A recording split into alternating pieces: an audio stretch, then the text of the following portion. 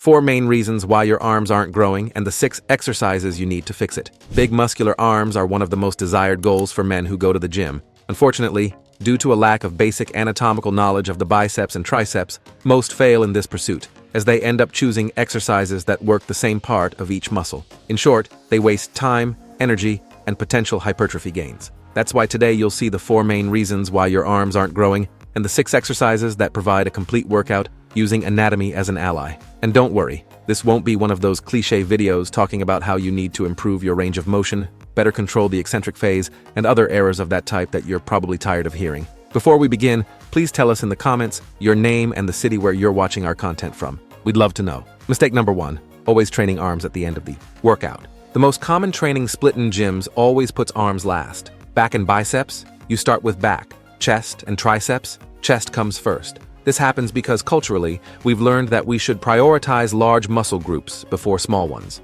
The problem arises when your arms are precisely the weak point you want to develop. Think of it this way. You arrive to train biceps after doing rows, pull-ups, and deadlifts. Your nervous system is already fatigued, your energy levels have plummeted, and the motivation to give your all in 4 or 5 more arm exercises simply doesn't exist anymore. The result is predictable. You execute the movements with less intensity, less focus, and inevitably with less quality. The muscles that receive priority in training will always develop better. It's a simple matter of physiological logic. Now, if your arms are already well developed and you want to focus on other parts of the body, or if you simply don't care that much about arm size, this split works perfectly. But if your arms bother you and you want to see them grow, something needs to change. The most effective solution is to create a specific day just for arms, where you arrive with total energy and absolute focus. If you prefer to keep your current split, there's a smart alternative. Alternate the order of exercises. In 1 week, start with back on back and biceps day. The following week, reverse it and start with biceps. Do the same with chest and triceps. This simple change ensures that your arms receive proper attention at least half the time.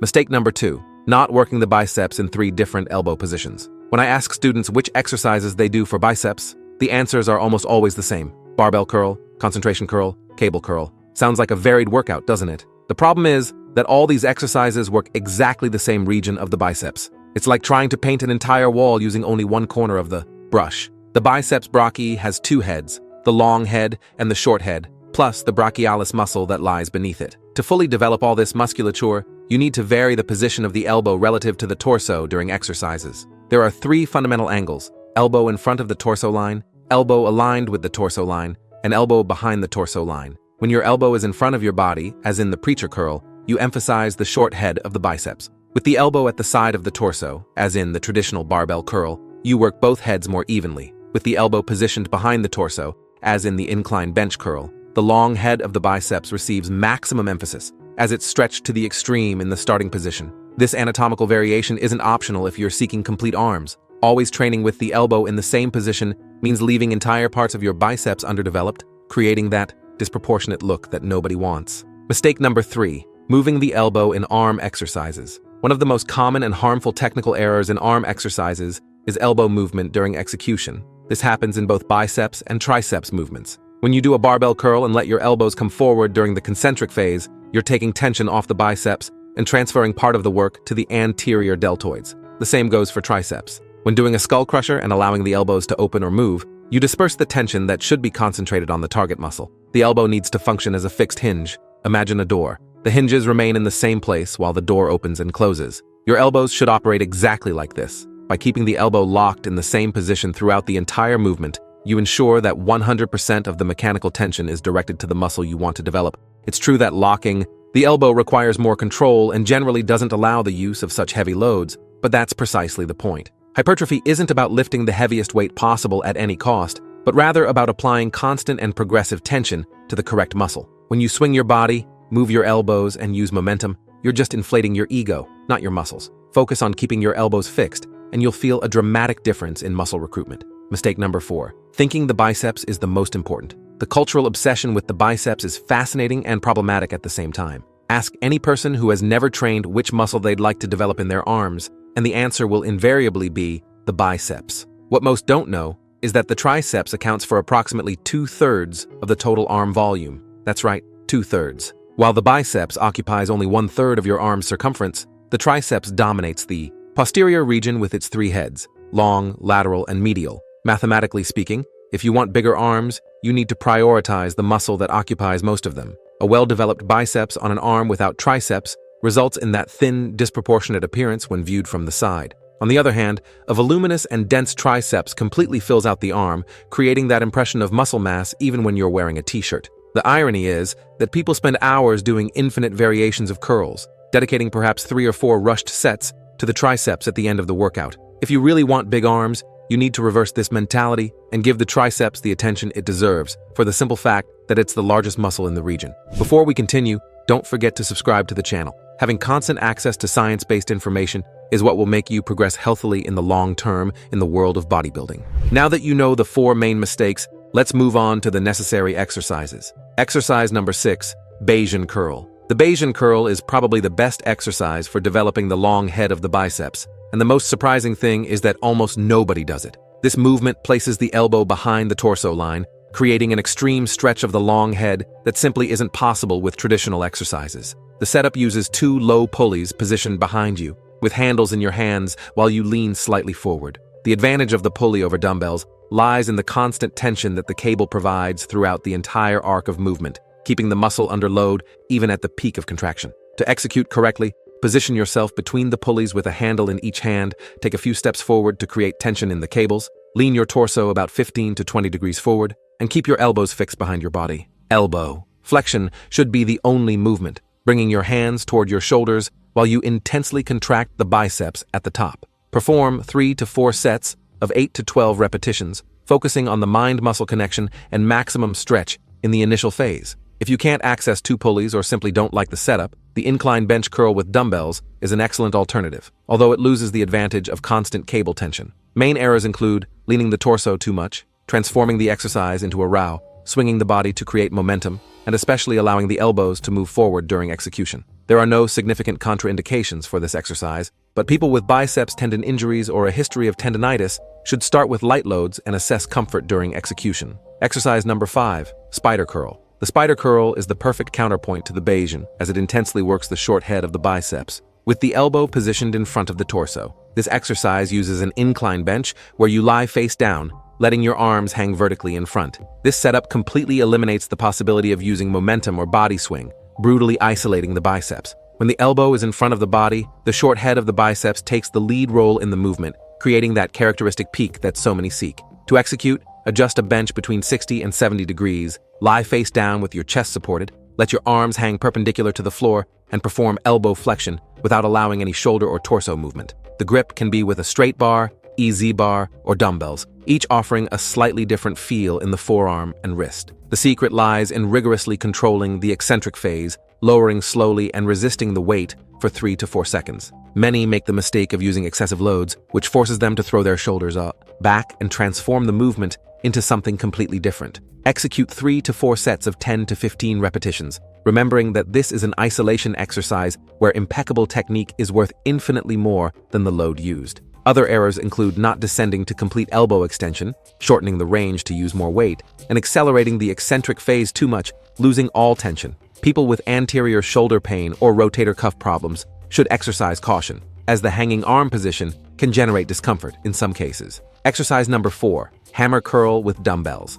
The hammer curl is the forgotten exercise by practitioners who obsessively focus only on the traditional biceps. What makes this movement particularly valuable is its ability to intensely work the brachialis muscle, which lies beneath the biceps, and the brachioradialis, the largest forearm muscle. When these muscles develop, they literally push the biceps upward, creating more voluminous and proportioned arms. The neutral grip, with palms facing each other, completely changes the muscle recruitment pattern compared to traditional curls. To execute correctly, stand with a dumbbell in each hand, palms facing your body, elbows glued to the sides of your torso. Flex your elbows, bringing the dumbbells toward your shoulders while rigorously maintaining the neutral grip throughout the entire movement. Many people make the fatal mistake of rotating their wrists during the ascent, transforming the exercise into a traditional curl and completely losing the purpose of the movement. Execute 3 to 4 sets of 8 to 12 repetitions, alternating arms or moving both simultaneously according to your preference. You can progress by gradually increasing the load or implementing 2-second pauses at the peak of contraction to intensify the stimulus.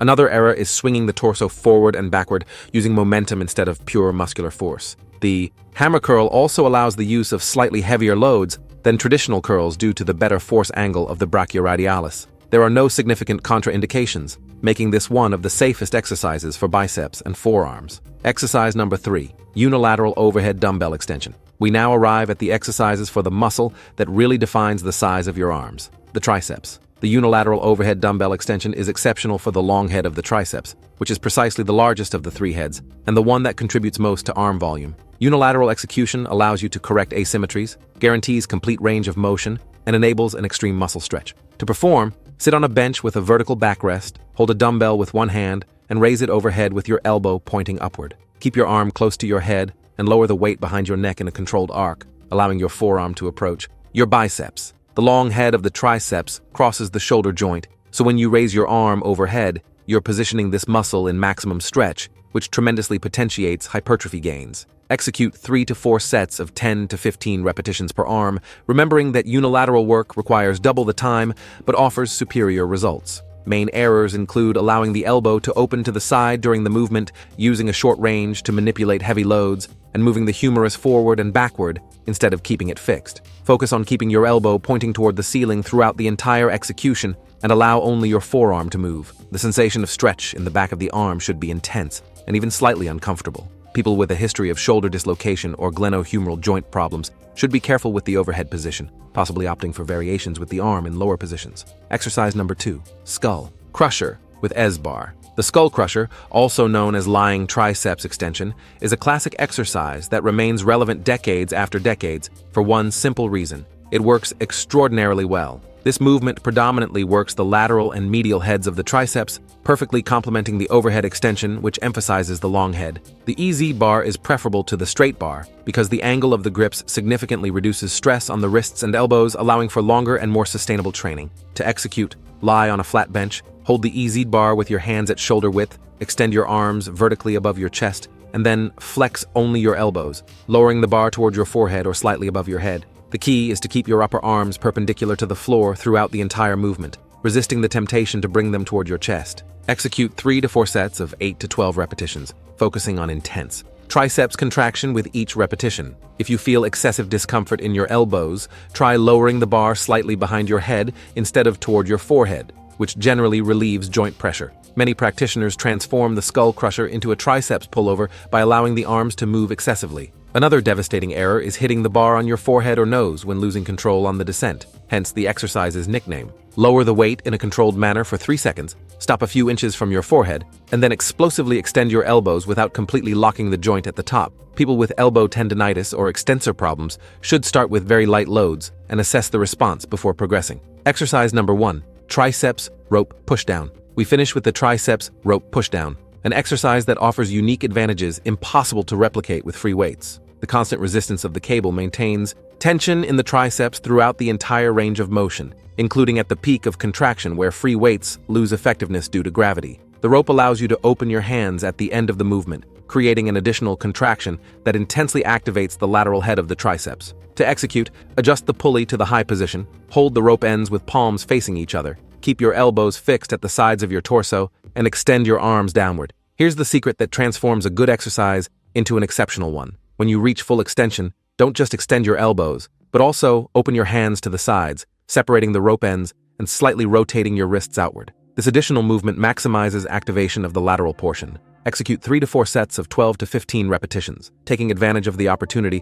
to work with slightly higher repetitions due to the safety and control that the pulley provides. You can progress by increasing the load, adding 2-second pauses at the peak of contraction, or performing partial repetitions after fatigue in the final sets. The most common errors are using your entire body to push the weight, swinging forward and backward, allowing your elbows to move away from your body during execution, and not completing full extension at the bottom. Another subtle error is starting with your elbows already partially flexed, reducing the total available range. There are practically no contraindications for this exercise, making it ideal even for elbow rehabilitation when executed with appropriate loads. If you enjoyed this and want to also discover the reasons why most people can never develop wide and dense backs, we've left a video appearing right now on the screen showing each one of them better. Don't miss it. Thanks for watching until the end, and may God bless you, my friend.